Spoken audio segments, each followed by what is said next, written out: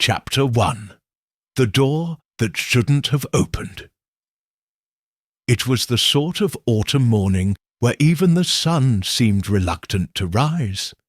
A soft mist clung to the ground like breath on a mirror, and all of Ashcroft village seemed suspended in hush, save for the sudden clamour of footsteps against cobblestone, and a single bell tolling from the grand estate above. Ashcroft Hall, an imposing manor seated on the hill like a judgmental old aunt, peering down upon the village with windows for eyes and ivy for wrinkles. It was there, just after dawn, that a stable boy named Henry found the door to the east wing ajar, when it should have been locked from the inside. He had not meant to intrude. He was merely delivering the firewood, as he did every morning. But as he climbed the stone steps, he noticed something peculiar. The door stood open, and the scent of burnt paper, and something far worse, iron and rot, hung in the air. He hesitated, then knocked. No answer. The silence inside was not merely stillness, but absence. An absence that pulled at the nerves. When he finally stepped through, his boots echoing against the marble floor, he saw her, Miss Evelyn Marsh, heiress of Ashcroft Hall, lay crumpled on the floor of the study, eyes wide, throat cut. Blood pooled around her like a grotesque frame, seeping into the fibres of the Persian rug. A letter burned in the fireplace, its edges blackened but not consumed. A brass letter opener glinted beside her hand, and the door behind him slowly creaked shut. 2 hours later, the great Hercule Poirot arrived in Ashcroft, summoned by a frantic telegram from Inspector Barnes. I accompanied him, of course, though I confess I knew little of the case when we boarded the early train. Poirot read the telegram once more, frowning as if it had insulted him personally. Murder at Ashcroft Hall. Locked room. No signs of forced entry. Door was locked from inside. No windows disturbed, no suspects, no motive. We need you. Barnes. He folded the telegram with the precision of a surgeon and slipped it into his coat. Mon ami, he murmured, do you know what disturbs me most about this message? I can think of many things, I replied. Locked room, no weapon, no suspect. Non, non, non.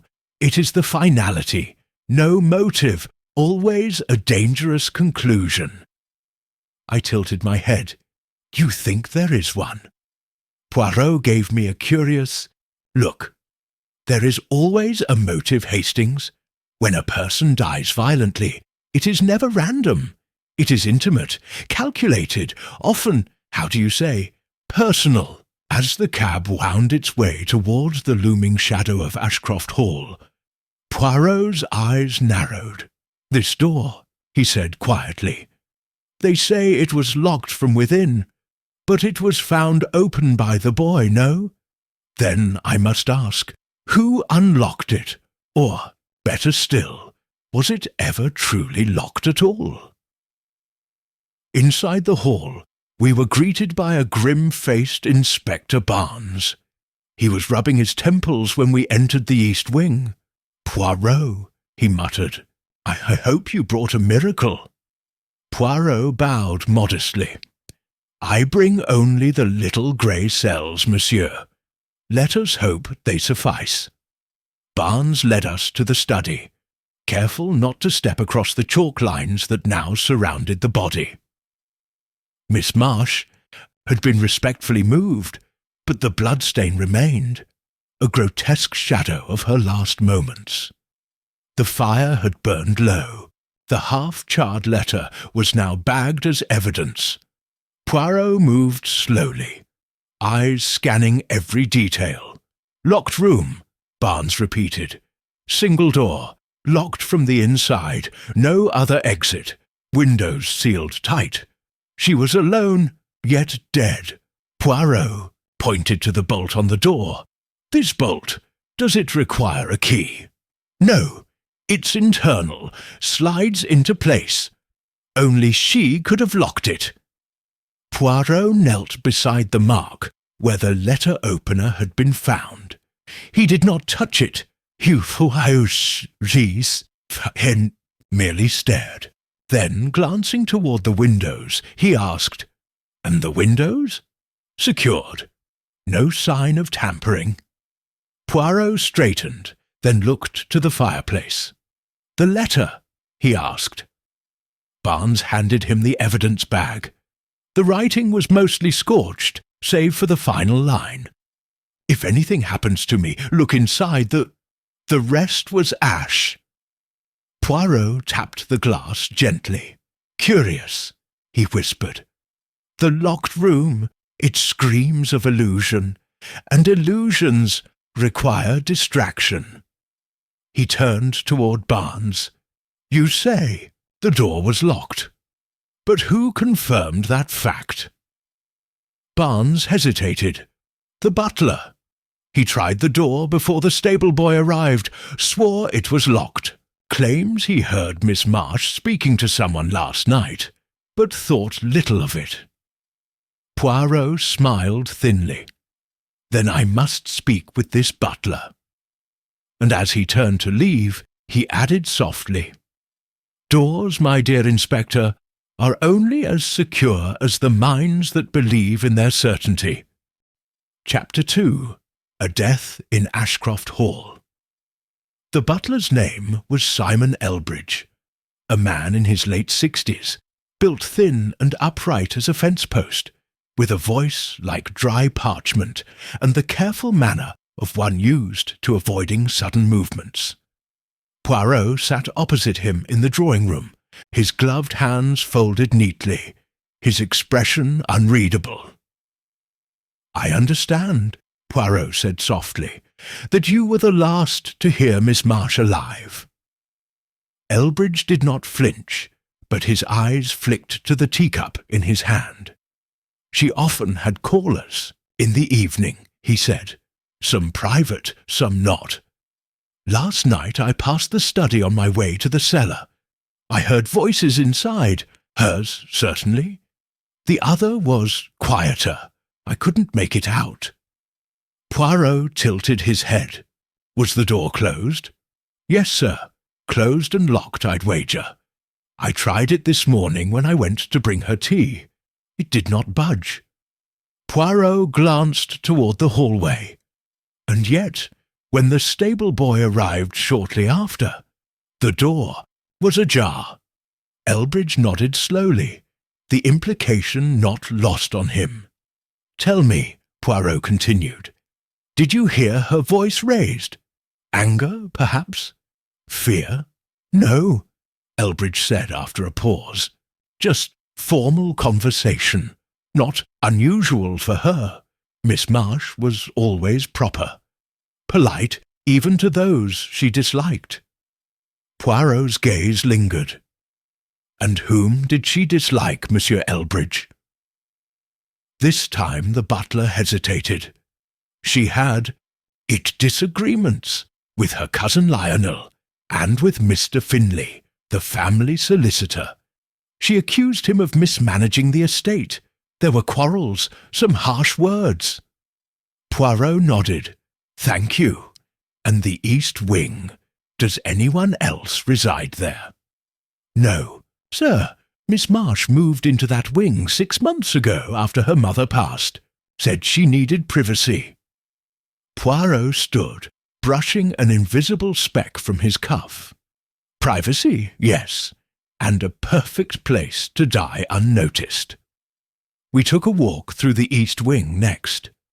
The hallway was silent, walls lined with portraits of stern ancestors and faded wallpaper. A scent of dried roses lingered, pleasant but hollow, like memory stretched too thin. Poirot paused at the study door. The bolt was now unlatched. He examined it carefully, his fingers tracing the edge. No scratches, he murmured. No tool marks, it was not forced. And the key? Inspector Barnes held it up. Found on her desk, beside a typewritten note. Poirot took the note, reading aloud. Mr. Finlay, if the papers are not corrected by morning, I shall take legal action. This matter cannot be delayed further. You have until tonight. No signature, Poirot noted, but unmistakably her tone. Barnes sighed. She was planning to change the will. We confirmed that much. Finlay was stalling. She threatened to remove him as executor. I spoke for the first time in a while. So, we have a motive. Finlay's position and potentially his income was in jeopardy. Poirot nodded. But motives, Hastings, are like shadows. They follow us everywhere. What matters is movement. Who entered this room and how? We interviewed Lionel Marsh next. A man of 35, charming in that casually entitled way that suggests expensive boarding schools and too much leisure. He wore a smoking jacket before noon and greeted Poirot with thin civility. "I'm afraid I can't help," Lionel said, pouring himself a drink. "I was out last night, the club in Mayfair. Returned very late, too late to disturb poor Evelyn." Poirot studied him. "You had no quarrel with your cousin?" Lionel gave a lopsided smile. "We bickered. Over the inheritance. She wanted to donate half of it to charities, gardens, libraries, nonsense. I found it insulting. Family legacy should stay within the family, don't you think?" Poirot said nothing. Lionel continued. "Still murder? No, that's not me. I'm ambitious, not homicidal." Poirot's eyes twinkled. An interesting distinction. He turned toward the mantelpiece, where a collection of antique chess pieces rested beneath a bell jar. He examined one, a white queen with a missing crown. "Curious," he murmured. Lionel raised an eyebrow. "Inherited that from Uncle Victor. He was obsessed with chess. Used to say every move in life had a consequence. Sounds dramatic, doesn't it?" Poirot smiled faintly. Truth often does. Back in the hall, I asked Poirot what he thought. "Dish has motive," I said. "Lionel has entitlement. The butler may have overheard something." "Oui," Poirot cut in, "but let us not forget the door." "What about it?" He paused, then spoke slowly. "We are told it was locked, but we take that on faith. The butler assumed it was. The inspector believed it, but the only true witness to its position—" He tapped the telegram in his pocket. "Was the boy, and he found it open." "Then, what are you suggesting?" Poirot's eyes gleamed. "That perhaps the locked room was only ever locked, in the minds of those who expected it to be. Chapter 3. The Witness Who Heard Nothing. The boy's name was Henry Blythe, 17 years old, lean as a fence post, and wide-eyed in the way only the young are when death brushes past them for the first time. We found him seated in the kitchen beside a cup of untouched tea. A kindly maid hovered near him, dabbing his forehead as though sweat could erase what he'd seen. Poirot sat beside him, his posture gentle, unthreatening. "Mon garçon," he began softly, "I am told you found the door open." Henry nodded. "Yes, sir. I came up to bring the firewood like always. The door to the study was just hanging there. Not wide open, just a crack. Enough to see inside." Poirot leaned closer. Did you touch it?" "No, sir. I was afraid." Poirot gave a small nod. "Wise? And what time was this?" "Just past 7. The sun was up, but it was still cold." Poirot's eyes narrowed ever so slightly. "Did you see anyone? Hear anything?" The boy hesitated. "No, nothing." Poirot tilted his head. "You're certain?" Henry shifted. "Well, maybe there was something. Not a voice, just a sound, like a creak. Floorboard, maybe." Poirot smiled faintly. "Direction?" Henry pointed. "Near the back of the hall, by the old music room." Poirot exchanged a glance with me.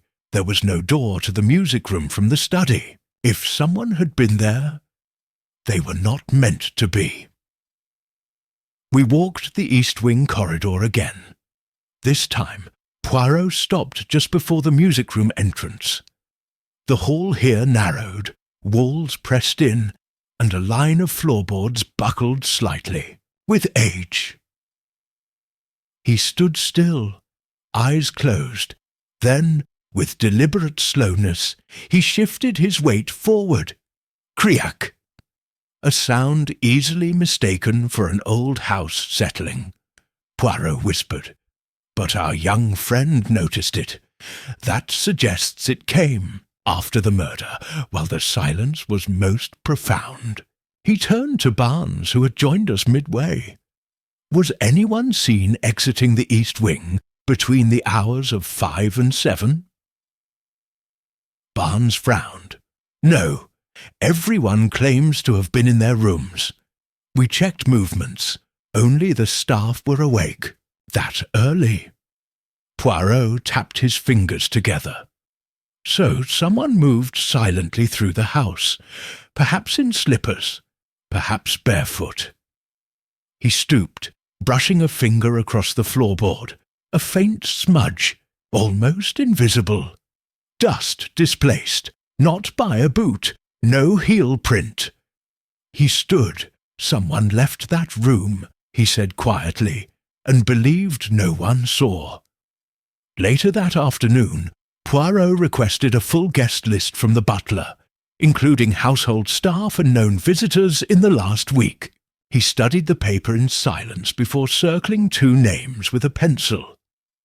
I leaned over. "Why those 2? He didn't answer immediately. Instead, he said, "You remember the burned letter in the fireplace?" Yes. He pointed to the list. One of these names was once accused of theft at a neighbouring estate, quietly resolved, covered by money and discretion.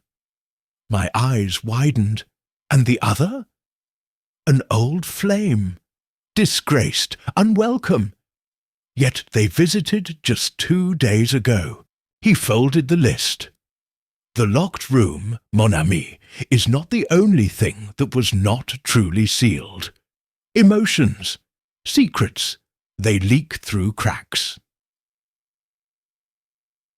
That evening we sat in the study again.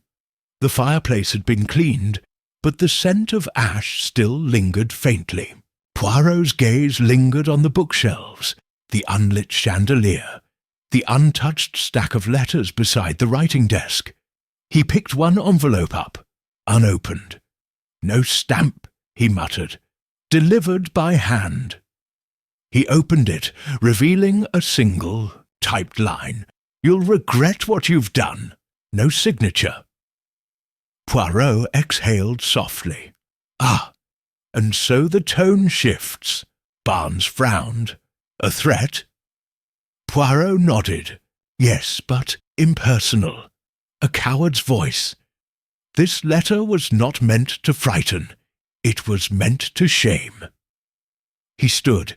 "Tell me, Inspector, has Mr. Finlay been questioned thoroughly?" Yes.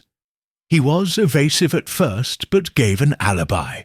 Claimed he was in London until early morning. And you believe him? I didn't, Barnes admitted.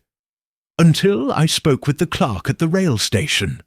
Finlay boarded the train to Ashcroft just before dawn. Poirot folded his arms. Too convenient, too neat. He turned to the door once more. And still, he murmured, we return to the question, not who was in the room, but who wanted us to believe no one could have been. Chapter 4. The Glass That Wasn't Broken. The study had 2 windows, tall, narrow things dressed in thick velvet drapes. Both were locked. Both appeared untouched, and yet Hercule Poirot insisted on standing before them once more. The morning had sharpened since yesterday.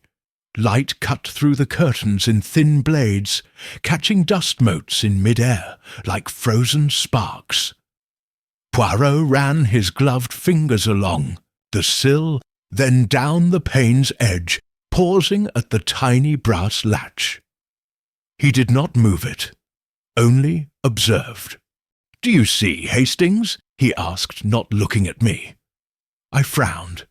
"See what?" He motioned me closer. There is no dust along the inner frame, and yet every other surface in this room wears a fine coat. Books, shelves, even the baseboards. Now that he mentioned it, the window frame was oddly pristine, as though it had been cleaned.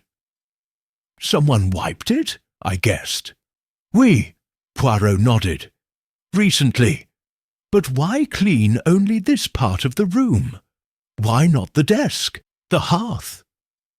He turned to Barnes. "You confirmed the windows were locked?" "From the inside, yes. The latch was secure." Poirot smiled faintly. "Locked is not the same as unopened." Barnes blinked. "You think the killer escaped through the window? I think," Poirot said carefully, "the killer wanted us to believe they did not, which is altogether more dangerous. Outside we examined the ground beneath the window. Too far a drop, Barnes said. No footprints in the soil, and it rained the day before." Poirot crouched, scanning the grass. "No prints, yes. But impressions? Look closer." He pointed to a patch where the lawn was slightly depressed, just enough to suggest a brief weight had rested there. A footprint not deep enough to last. Perhaps someone stepped lightly, then vanished before the groundskeeper's morning rounds. "There," Poirot said, "a footprint that dares not be one. And here." He plucked a sliver of something from the grass. I squinted. Glass. He held it up to the light.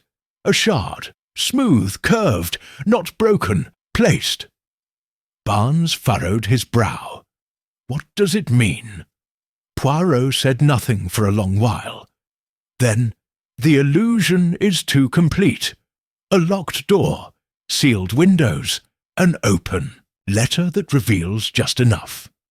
A murder made to look like confinement, when in truth it was all performance." He straightened. "Come, let us speak with the housekeeper." Mrs. Calder was short, square-shouldered, and immaculately dressed. Her expression somewhere between steel and scorn. She did not care for dramatics, nor detectives. "I've run Ashcroft for 20 years, she said flatly, "and never had a scandal until now." Poirot smiled politely. "Then I shall endeavour to make it brief." He gestured toward the study. "That window, was it ever faulty?" Mrs. Calder blinked. "No, fitted last spring. The young mistress insisted on reinforced panes." "Reinforced?" "A man from London came to do the work. Claimed it'd be harder to break. She didn't like the thought of prowlers." Poirot raised a brow. Prowlers? Had there been any threats? "Nothing serious, but she'd been uneasy lately. Locked her room at night, started writing letters she never sent. Poirot tilted his head. "Letters to whom?" Mrs. Calder's mouth tightened. "I don't know, but I burned 2 she left in the wastebasket last week. One was addressed to her late mother." Poirot's voice softened. "And the other?" A pause. It simply said, "I miss who I was before the house became a cage." Back in the study, Poirot returned to the fireplace. He stared into the soot-blackened hearth, as though the ashes might still whisper. Then, quite suddenly, he turned and tapped the corner of the nearby bookshelf. "Ah!" "What is it?" I asked. "A scuff," he murmured. "A mark made by movement. A shelf pulled, then replaced." He pressed gently. There was a click. A narrow section of the shelf pivoted outward, revealing a shallow recess behind. Within it lay a single object, a second letter. Poirot retrieved it carefully, unfolded the page, and read aloud, "To whomever finds this, if anything happens to me, know that I was not afraid. I found the truth, and it is ugly. I trusted someone I shouldn't have. Perhaps now they'll believe me, or perhaps they'll believe the illusion." Evelyn Poirot folded the letter slowly, as if sealing a truth back into silence. "The question," he whispered, "is not who could enter the locked room, but who made sure it would look locked after they left." He glanced once more at the untouched window latch. "And who, mon ami, had the cunning to leave no trace, except the one they wanted us to find." Chapter 5. Secrets Behind the Wallpaper. The 8th. Wallpaper in the east wing had not been changed in decades. It bore the faded green of damp summers and brittle winters, curling at the corners like old parchment. No one thought much of it, until Poirot asked a single seemingly idle question. Was this room always a study? The housekeeper blinked. "No, sir. Used to be part of the nursery suite years ago." Poirot's gaze sharpened.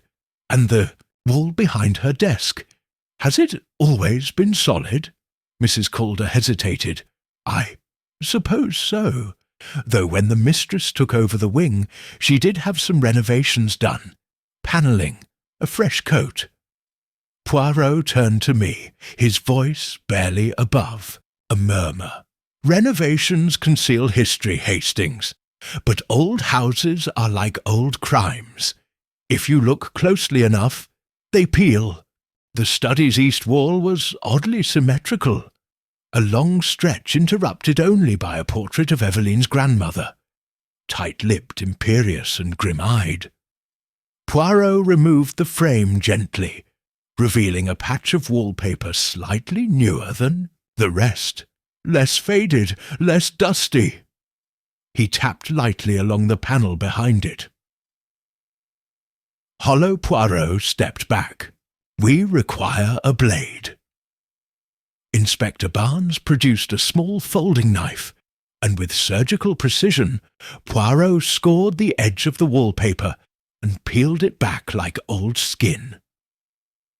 What emerged was a narrow wooden seam, nearly invisible, marking the outline of a door long sealed. There was no handle, no latch, only the suggestion of entry. Poirot's voice dropped. There was another way in. Barnes leaned forward. "A hidden passage?" Poirot nodded. "Perhaps once used by children, or servants, long forgotten, but someone remembered." Barnes traced the outline with his fingers. "You think the killer used this?" Poirot's eyes flicked to the baseboard. A faint trail of dust led to the crack, interrupted near the middle, as if swept away. "By a foot, I think," he said. that the room was never meant to be truly locked. It only looked locked to those who knew nothing of Ashcroft's bones. The passage itself, once opened with a pry-bar, led to a narrow corridor carved between the walls.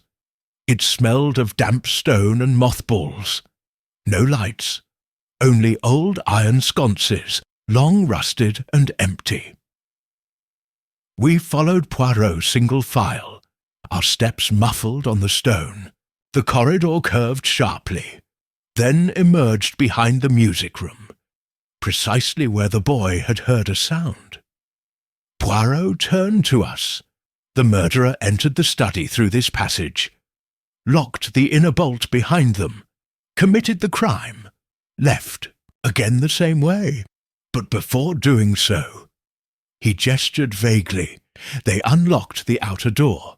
Just a crack, enough for the boy to find. Barnes frowned. But why leave the door open at all? Wouldn't it have been better to make it look truly locked? Poirot's smile was faint, but deliberate. Because a sealed illusion must appear natural. If the door were locked when the boy arrived and then suddenly opened by another, suspicion might fall too early on the butler or staff. But if the door is found slightly ajar, he trailed off. Then we all believe the impossible murder happened in a locked room, when in truth the room was never locked at all. Back in the drawing room, Poirot laid a single finger on the guest list again. "There is someone," he said, "who knew this house better than she claimed. Someone who visited as a child, long before Ashcroft was inherited. Someone who stayed here once, when this wing was still part of the nursery." He tapped a name. "Clara Adley." I blinked. "The art dealer."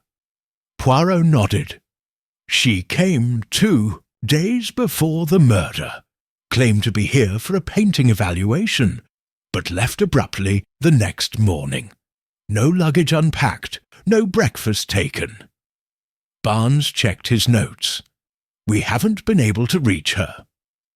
"She is not avoiding us," Poirot said. "She is waiting to see if the illusion holds." That evening, Poirot requested one final search of the hidden corridor. This time, he brought a small lantern and a pair of gloves. Halfway through the passage, he knelt. There, nestled in the corner of a stone step, was a silver pin, no larger than a button. He held it up. A delicate engraving. "C.A. Clara Adley," he said softly. Then, folding the pin into a handkerchief, he murmured, "The house remembers, even when people try to forget." Chapter 6. The Man Who Locked the Door. Twice, the butler, Simon Elbridge, was not a man prone to error. He polished brass until it reflected the soul and aligned silverware like soldiers. His word, in a household like Ashcroft, was gospel. And yet Hercule Poirot asked to speak with him again, this time in the east hallway, just outside the study. Poirot walked slowly with Elbridge, hands behind his back, tapping the base of his cane softly against the floorboards. "You said the door was locked when you brought Miss Marsh her tea." "Yes, sir," Elbridge replied. "I knocked. There was no answer.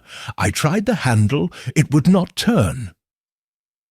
"And what did you do then?" "I left the tray on the side table, assumed she was resting." Poirot stopped. "Did you see the bolt?" "No, sir. The door was closed. I merely tried the knob." Poirot turned to face him fully now. "Then forgive me, monsieur, but how can you be certain it was locked?" Elbridge opened his mouth, then paused. I suppose I can't be. I assumed—" "Just so," Poirot interrupted softly. "You assumed because the door resisted. But resistance is not proof. A warped frame, a heavy rug, many things may mislead the hand. Elbridge looked stricken. Poirot's tone grew gentler.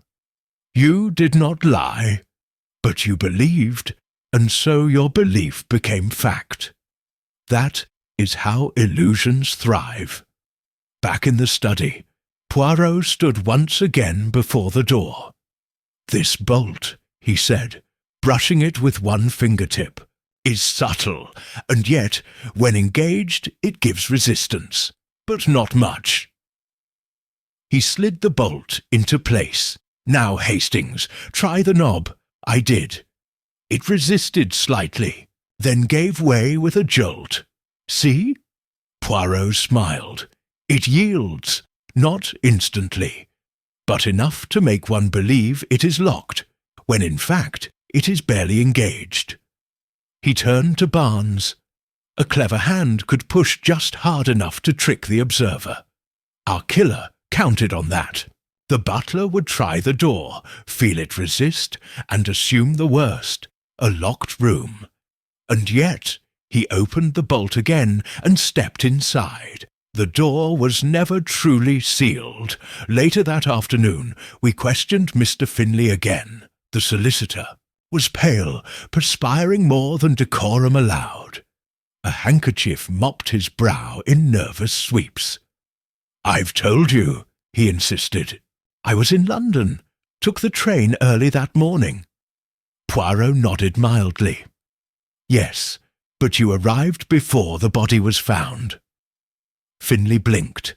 I hadn't heard yet. I was coming to finalize some documents." Poirot leaned forward. "And yet you brought no briefcase, no papers, no prepared drafts." Finlay hesitated. "I left them at the station." Poirot said nothing, merely waited. I panicked," Finlay stammered. "When I saw the police outside, I didn't know what had happened. I'd argued with her recently about the will." Poirot's voice dropped. "She threatened to remove you, did she not?" Finlay looked down. "Yes." Poirot was silent for a beat longer, then said, "Tell me, Mr. Finlay, did you know Miss Marsh once intended to marry?" Finlay looked up, startled. "What? No, she was private about such things." Poirot's gaze flickered. "Yet the will she drafted in your office 2 years ago left everything to a future spouse or their surviving heir. An odd clause for a woman with no intention to wed." Finlay's lip twitched. "She was cautious, hopeful, maybe." Poirot tapped his cane twice against the floor. "Or perhaps she once trusted someone. And when that trust was broken, she locked more than just her doors." That evening, Poirot requested the architectural plans of Ashcroft Hall. The old steward produced them, rolled and yellowed with age, tied with twine. Poirot spread them across the study table. "There," he said, pointing to a narrow hallway. "The east corridor, and look, beneath it a servant's crawl space, unlisted in the renovation logs." Barnes frowned. "Another way in?" "None," Poirot said, eyes gleaming. "A way to observe. There may have been eyes behind these walls." And then came the twist. As Poirot examined the panel near the crawl-space entrance, his hand paused, nestled in the dust. A small folded scrap of parchment. He opened it, a sketch. Rough, shaky, but unmistakably done by hand. It depicted the study, the desk, the bolt, and a line drawn from the hidden passage to the fireplace. At the bottom, a single word, twice. Poirot whispered, "The killer did not lock the door once, Hastings, but twice. Once in the mind, and once in illusion." Folded the sketch slowly, then turned to us. Someone wanted to convince us the room was sealed, but also to leave just enough evidence to unravel it. Why? He paused.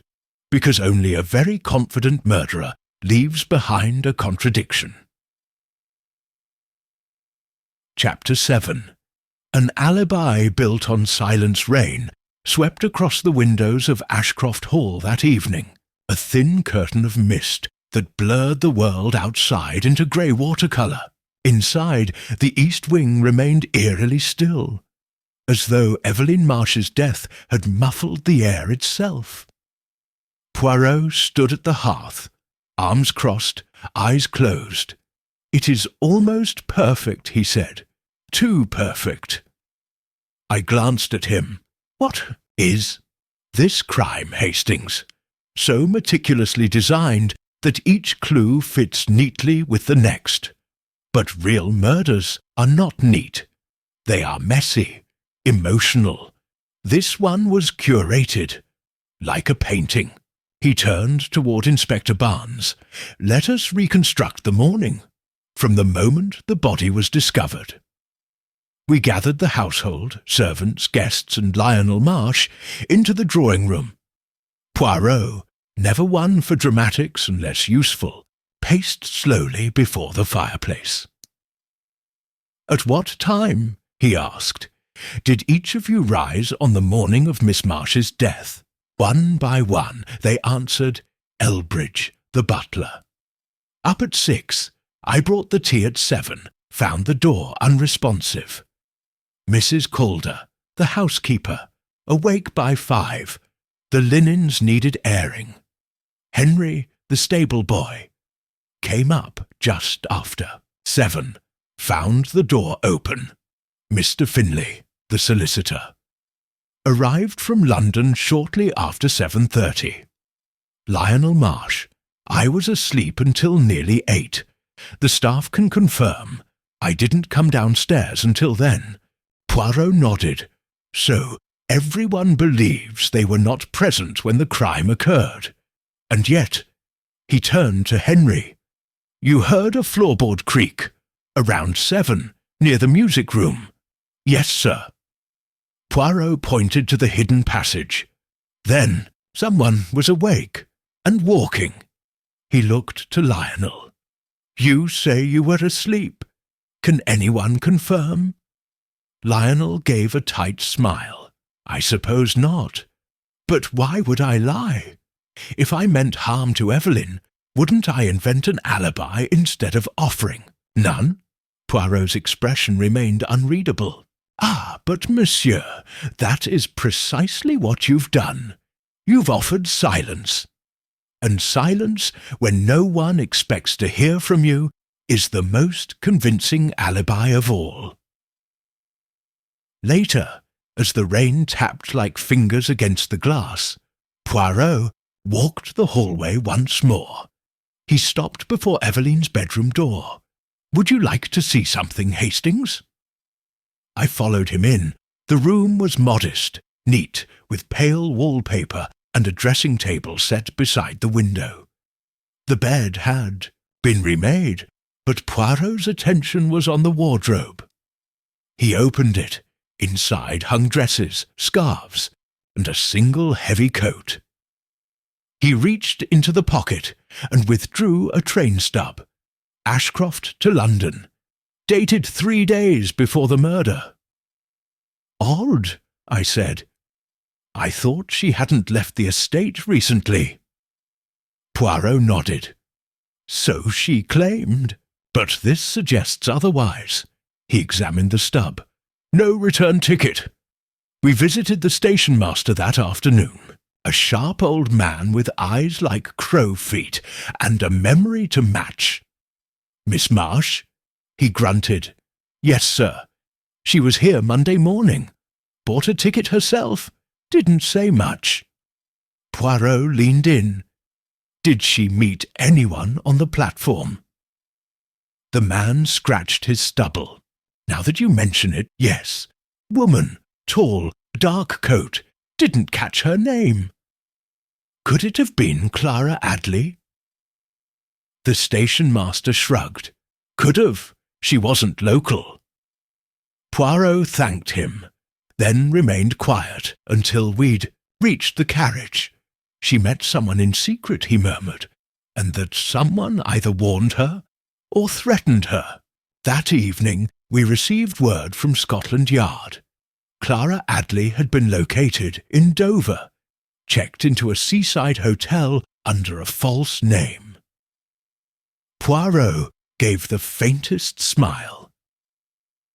Just as I suspected. She wished to be anywhere but Ashcroft when the truth came knocking. Barnes rubbed his temples. We'll send for her, but it could take a day. Poirot nodded. Then we have one night to learn what she feared. Back at the hall, Poirot asked to see the original inventory of the East Wing before Evelyn moved in.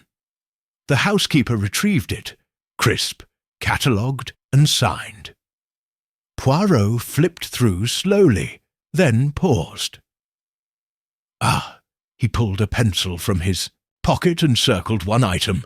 Wardrobe mirror, beveled edge, 6/5. I frowned. What about it? He gestured toward Evelyn's room. No such mirror is there now. We returned. True enough. The mirror was gone. Poirot pointed to the wall where it once stood.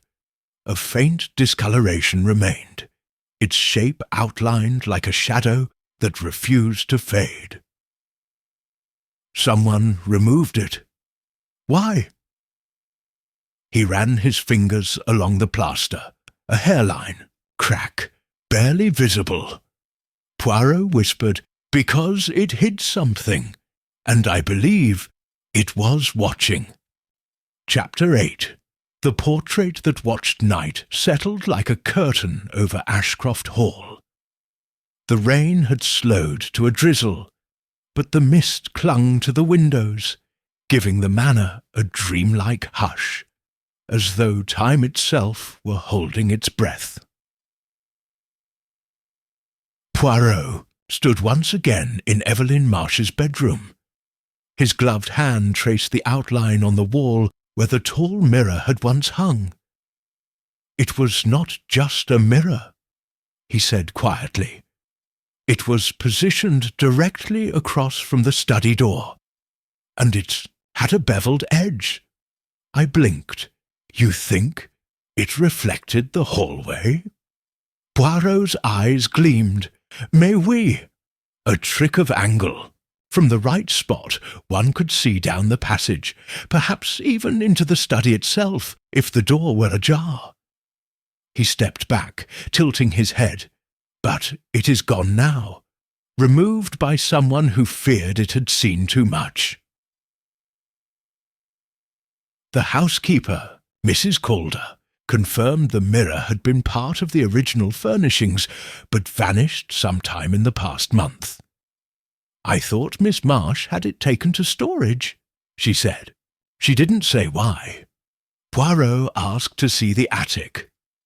We climbed the narrow staircase, dust rising around us like the breath of old secrets. Beneath a faded sheet in the far corner, Poirot found it. The mirror, 6 feet tall, frame chipped. At one corner, he removed the sheet gently. There, he said, a crack across the surface, not accidental.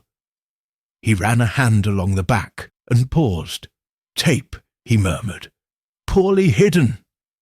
He peeled it back, revealing a thin slit in, the backing within it a folded piece of paper. Poirot unfolded it delicately. A charcoal sketch, hastily done. It showed the view from the mirror's angle down the corridor towards the study door, and in the foreground a figure, barely outlined, but clearly watching. Poirot studied the drawing. She saw someone, he whispered, someone she did not expect, and she recorded it. We brought the sketch downstairs. Barnes stared at it. Could be anyone, he said. The details are vague. Poirot nodded. but the silhouette is tall, narrow shoulders, a high collar. Consistent with only one person in this house. He turned to me. Lionel. We found him in the billiards room, glass in hand, cue abandoned against the table. Poirot entered without announcement. Monsieur Marsh, he said, you were seen. Lionel looked up sharply. Seen? Poirot held up the sketch. Your cousin drew this from the mirror in her bedroom, the very mirror that has now been conveniently removed. Lionel's face flickered. Shock, then calculation, then calm. Interesting. A shadow on paper. And this is your proof? No, Poirot said. The sketch is not proof, but your reaction is. He stepped closer. You claimed to be asleep. No one saw you between dawn and the moment the body was found. Yet your boots, monsieur, show traces of ash from the east wing's fireplace.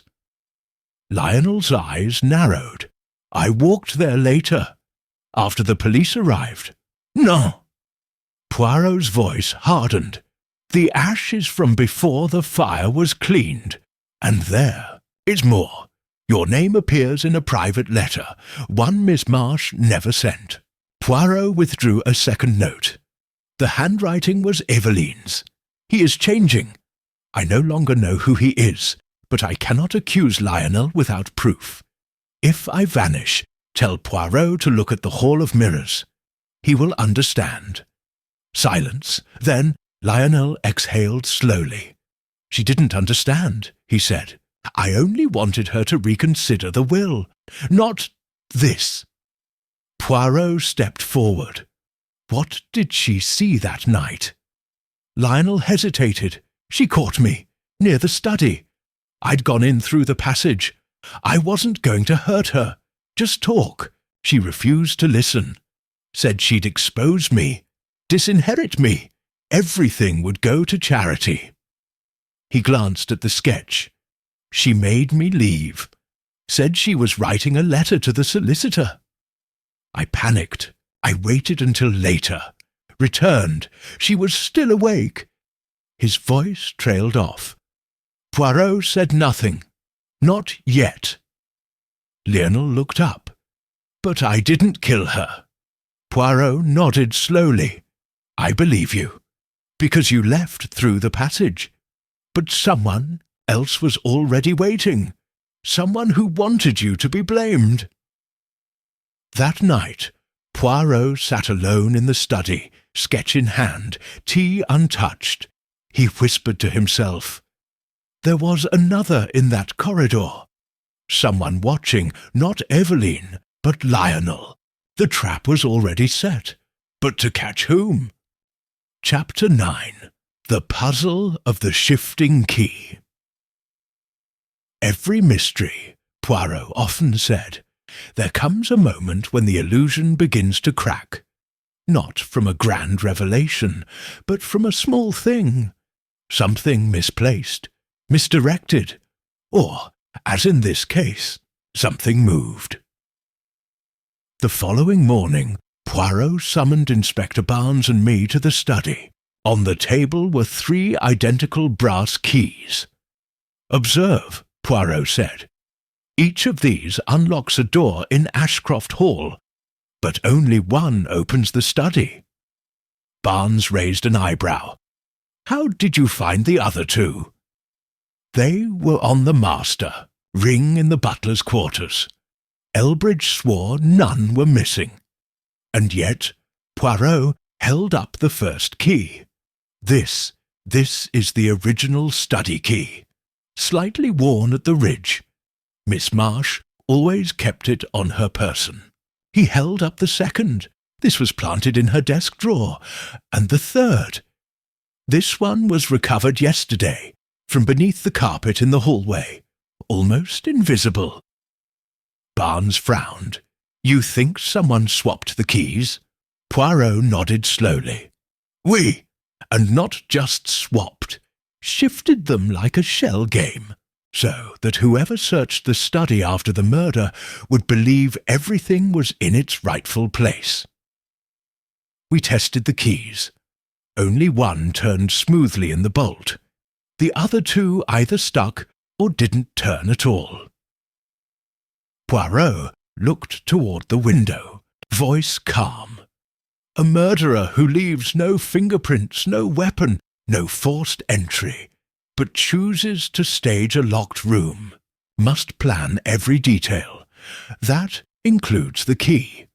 He turned to me. Hastings, do you recall the moment we entered the study on the first day? Of course. Did you notice where the key was? In the desk. Precisely.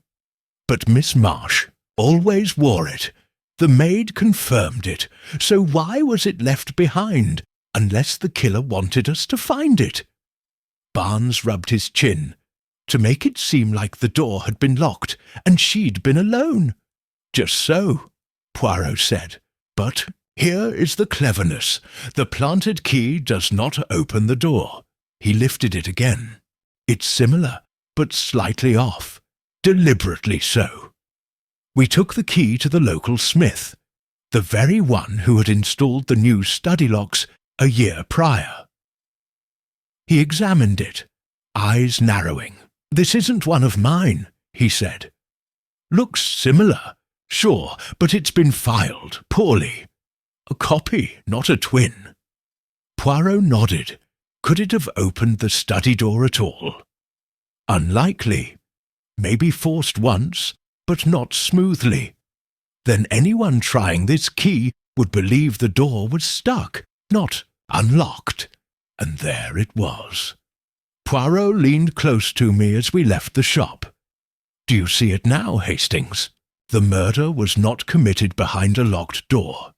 It was made to feel like it was. Through a false key, a forced bolt, and one vital ingredient, which is time. That evening, Poirot requested access to the grandfather clock in the hall. Miss Marsh was particular, he said. She wound it nightly, never missed a minute. He opened the case and inspected the mechanism, then stopped. He pointed to the pendulum. Tampered with. Slowed deliberately. Barnes frowned. Why would anyone do that? Poirot's voice dropped. To create confusion. The boy found the door open at 7, but if the house clock was slow, the killer could have left as late as 6:45 without suspicion. It allowed them just enough time to disappear. He turned eyes sharp, and it allowed someone else to arrive, precisely on time. Poirot laid out the timeline with quiet precision. Miss Marsh was alive at 6, speaking with someone. The butler found the door unresponsive at 7.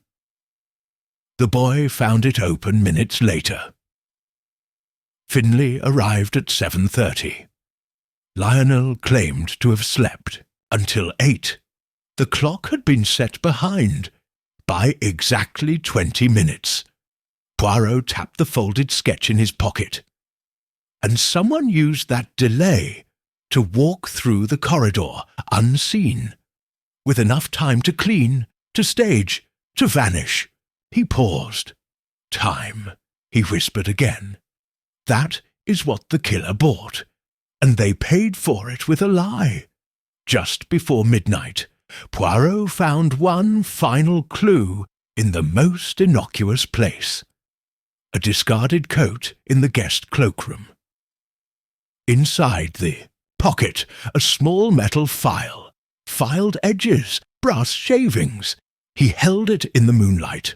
The false key, he said softly, filed by hand and hidden as carelessly as guilt itself. Chapter 10. Ashcroft's Oldest Secret. The next morning brought no rain, only fog thick enough to mute the birds and swallow the hedgerows whole.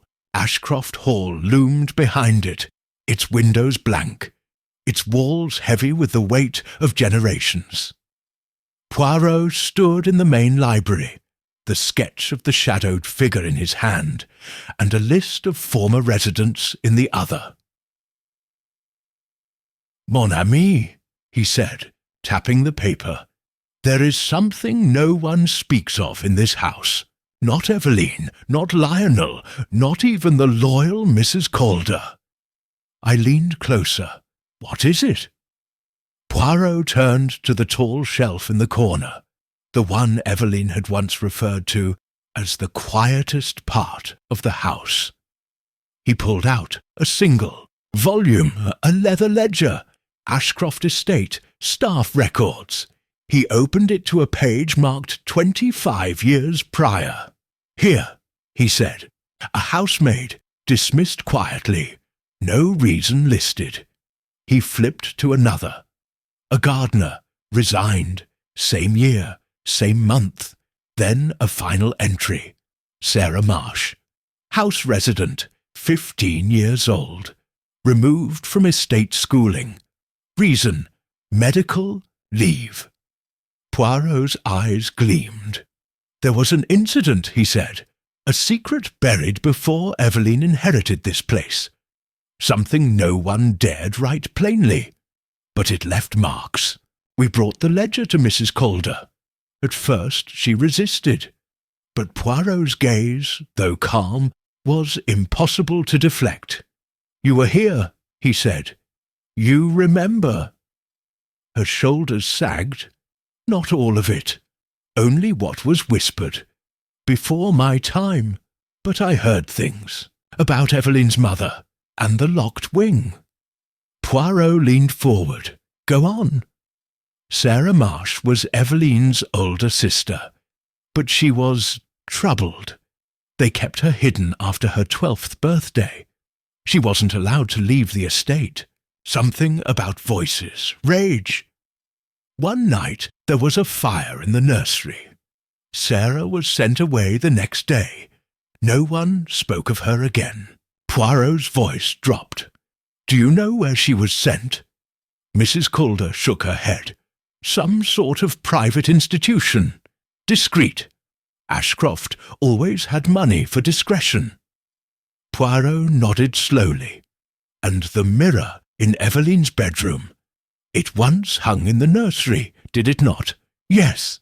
In the drawing-room, Poirot laid out a stack of notes. Train stubs, discarded sketches, copied letters, all things we'd found, all pointing to a strange unease in Evelyn's final days. "She was being watched," he said, "not just by Lionel, but by someone who knew the house intimately, someone who remembered the mirror, the hidden corridor, the old keys." He held up the silver pin engraved C.A. "Clara Adley is not who she claims to be." Barnes looked up. "Then who is she?" Poirot folded his hands. "She is Sarah Marsh." The revelation struck like a thunderclap. Poirot explained. Sarah was hidden away for years, but she returned, under a different name. An art dealer, yes, but also a woman with a motive, because Evelyn had inherited everything. He turned the sketch toward us, and Evelyn saw her, recognized her. The sketch was not just a warning, it was a plea. Barnes leaned forward. But why not tell someone? Why hide the mirror? Why the cryptic note? Poirot's voice turned solemn, because Evelyn loved her sister, or pitied her, and perhaps feared her. A knock interrupted us. A telegram. Poirot opened it, read silently, then passed it to Barnes. Clara Adley confirmed as Sarah Marsh via birth certificate. Institutional records show she was released 5 years ago under supervision. No public record of name change. Poirot closed his eyes. She returned not to reclaim her past, but to erase it. That night, Poirot returned to the study one last time. He examined the space with the precision of ritual, placing the false key on the desk, the filed pin beside it, and finally, Evelyn's last note. Then he whispered, as if to the room itself. She knew. And still she waited, hoping love would soften truth. But murder has no such courtesy. Chapter 11. The room that was never locked. The drawing-room was quiet when we returned that evening. The fog had thinned outside, but within Ashcroft Hall the air had never felt heavier. Poirot stood near the hearth, hands behind his back, facing an audience of 5. Inspector Barnes, Lionel Marsh, the housekeeper Mrs. Calder, Simon Elbridge the butler, and the woman known as Clara Adley. She wore black, tasteful, detached, and in her gaze not fear, but calculation. Poirot spoke without preamble. This house has been haunted for years, not by ghosts but by silence. He paced slowly. A room locked from the inside, a door found ajar, a false key left deliberately, a clock slowed, and a mirror removed only after it reflected something its owner could not explain. He turned to Clara, or someone. Her eyes narrowed, but she said nothing. Poirot continued. You were born Sarah Marsh, confined in an institution after a fire in this very hall. A fire no one talks about. But you returned, not to reconcile, not to forgive, but to ensure Evelyn, your sister, never changed the will. You feared she might uncover the truth about who you were, about what you did. He held up the false key. You entered through the hidden passage. You waited. You watched her argue with Lionel. Then, when she was alone, you killed her. No gasp followed, only the quiet crackle of the fireplace. Poirot's voice dropped. But the brilliance, madame, was not in the act. It was in the illusion, gestured toward the study. You knew the architecture of Ashcroft. You remembered the mirror's angle. You used the slowed clock to create a buffer, to make it appear as though Lionel had been there last. He turned to Lionel, which made him the perfect scapegoat. Lionel scowled. And the key? Poirot smiled faintly. She had a spare forged, filed it by hand. It was meant only to mimic the real one, just enough resistance to make Elbridge believe the door was sealed. He turned to the butler. You tried the knob. It resisted. You believed it locked. Poirot stepped closer to Clara. And then you planted the broken key in the desk. You left the door slightly open, not wide, not closed, just ajar. Enough for the boy to find. Enough to sell the story. He paused. You did not create a murder. You crafted a theatre, and you counted on one thing above all. He raised a finger. That no one would question a locked room. Still she said nothing. Poirot softened his tone. Miss Marsh, Sarah, you could have lived quietly. You could have let Evelyn change the will. But you did not want obscurity. You wanted erasure. You wanted to remove the one person who remembered you as you were. She finally spoke. Her voice was low, precise. I was never given a choice. Evelyn had everything, the name, the house, the memory of being loved. Poirot bowed his head. And so you gave yourself a new name, Clara Adley, a life. And then, a lie. He stepped back. The police have your file, your real one, the institution logs. the fingerprint from the mirror's glass. Even the train stub you dropped, faintly smudged but legible. She exhaled, long and slow. I would have stayed hidden, she said, but Eveline looked at me, as though she knew. And she did. Inspector Barnes stepped forward. You'll have to come with me, ma'am. Clara turned once, just once, to look at the study door. That room, she said. It was always open. She just never let me back in. And then she let them lead her out. After they left, Poirot returned to the fireplace. He retrieved the final letter, the one Evelyn had hidden behind the panel in her bookshelf. He read it silently, then, without a word, tossed it into the fire. I stared at him. Poirot? He turned to me. It was not a confession, Hastings. Only a memory. Best left to ash. Chapter 12. Justice without closure. Ashcroft Hall stood quiet again. The investigation was over.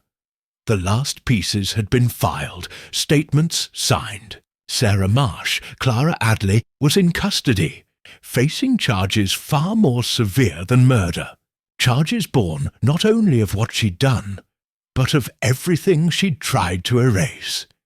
Yet, even as the constables packed their notebooks and the corridors emptied, Poirot lingered.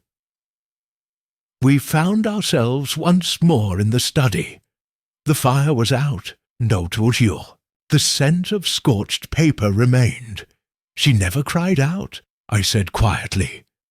Poirot nodded. No, Evelyn Marsh died not in fear, but in recognition.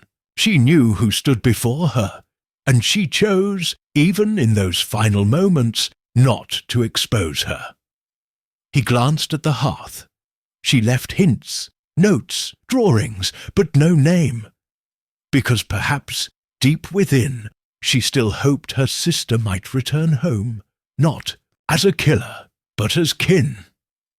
Inspector Barnes joined us briefly, his expression unreadable. We'll process her under the Adley alias, he said. The papers will focus on the locked room angle. It's all the public cares about. Poirot gave a faint smile. Let them be fascinated by the illusion. The true tragedy lies not in how she was killed, but why. Barnes looked down. You really think Evelyn knew the truth? Poirot's eyes softened. She did not bolt the door. She left it open. A crack. Enough for someone to enter. Or perhaps enough for someone to return. He turned to me. She gave her sister one final chance, and received silence in return. Outside, the fog had finally lifted.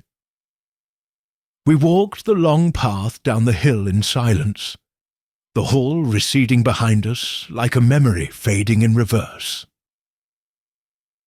Poirot paused at the gate and turned back. Locked rooms, he said, are rarely about bolts and latches. They are stories people tell themselves, illusions made to protect pain, or to hide it. I nodded. And this one? He gave a long, quiet breath. This room was never locked. Not truly. Not by wood nor key. Only by shame, guilt, and the hope that someone, anyone, might open it before it was too late. He touched the brim of his hat, and so we say adieu to a truth unburied, and to a justice that arrives not cleanly, but heavily. As we boarded the train back to London, Poirot folded the case notes and slipped them into his satchel. Another murder solved, I said. He looked out the window. None, Hastings. Another wound uncovered. The train pulled away. Ashcroft Hall disappeared into the trees, and the room that was never locked finally closed behind us.